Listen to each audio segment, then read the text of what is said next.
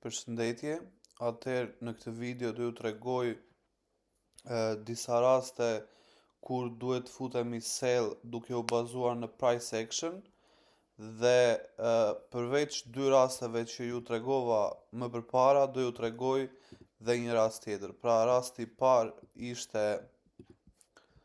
kur kemi një lëvizje të fortë bullish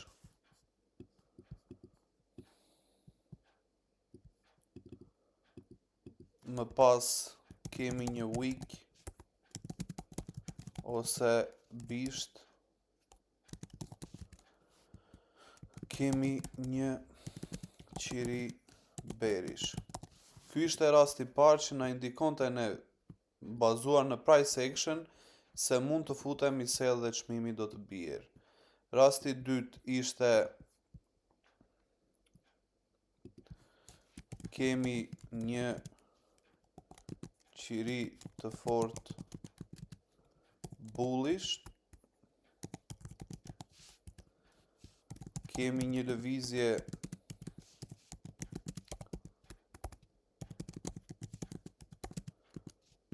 rritëse dhe kemi një qiri bearish. Dhe rasti të cilin do ja u tregoj me këtë video, duke u bazuar në price action, është rasti kur kemi një qiri ose një lëvizje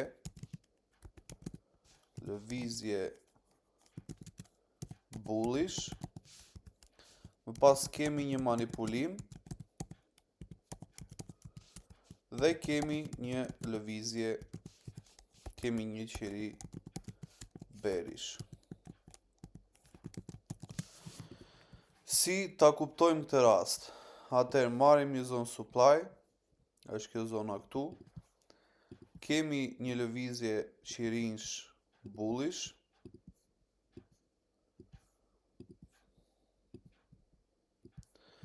Dhe ajo çka ndodh më pas është që me qirin të vegjël kemi një thyerje të zonës supply. Dhe çfarë mendojnë shumica? Mendojnë që kjo zonë supply u thye dhe do shkojmë akoma më shumë bullish. Po ajo çka ndodh më pas është që pasohet me një qiri bearish. Dhe çfarë tregon price actioni këtu? Okej, kemi një qiri të fortë bullish, më pas një qiri më të dobët, dhe kemi blerësa në market, por blerësat po dobësohen fillimisht. Çfarë bëm tjetër? Ne thyem zonën supply. E thyem zonën supply dhe nëse do I kishim thyer zonën supply dhe do vazhdonim bullish, ne do kishim një qiri që do pasonte bullish këtu. Dhe do e thyente zonën. Pra, nëse duam t'i qëndrojmë skenarit që do shkonte bullish ky çift. Por ajo çka ndodh është që me një qiri bearish ne futemi prap në zonën supply. Dhe komplet kjo thyerje këtu, është një manipulim I cili ka shërbyer për të hequr stop loss-et nga marketi të shitësave që kanë vendosur sell, I ka pastruar një shitësat, ka kapur stop loss-et dhe më pas shkon bearish. Kryen punën e saj dhe më pas shkojmë bearish akoma më shumë. Ja po ja u tregoj një rast sot që ndodhi specifikisht tek euro CF. Vetëm një moment. Ja ku e kemi rastin. Kemi këtë zonë supply, nëse e shohim kemi rënje, pra është një zonë e rëndësishme supply. Ajo çfarë ka ndodhur është që kemi pasur këtë lëvizje bullish. Më pas, nëse studiojmë qirin, këtu qirin janë më të fortë se sa këtu.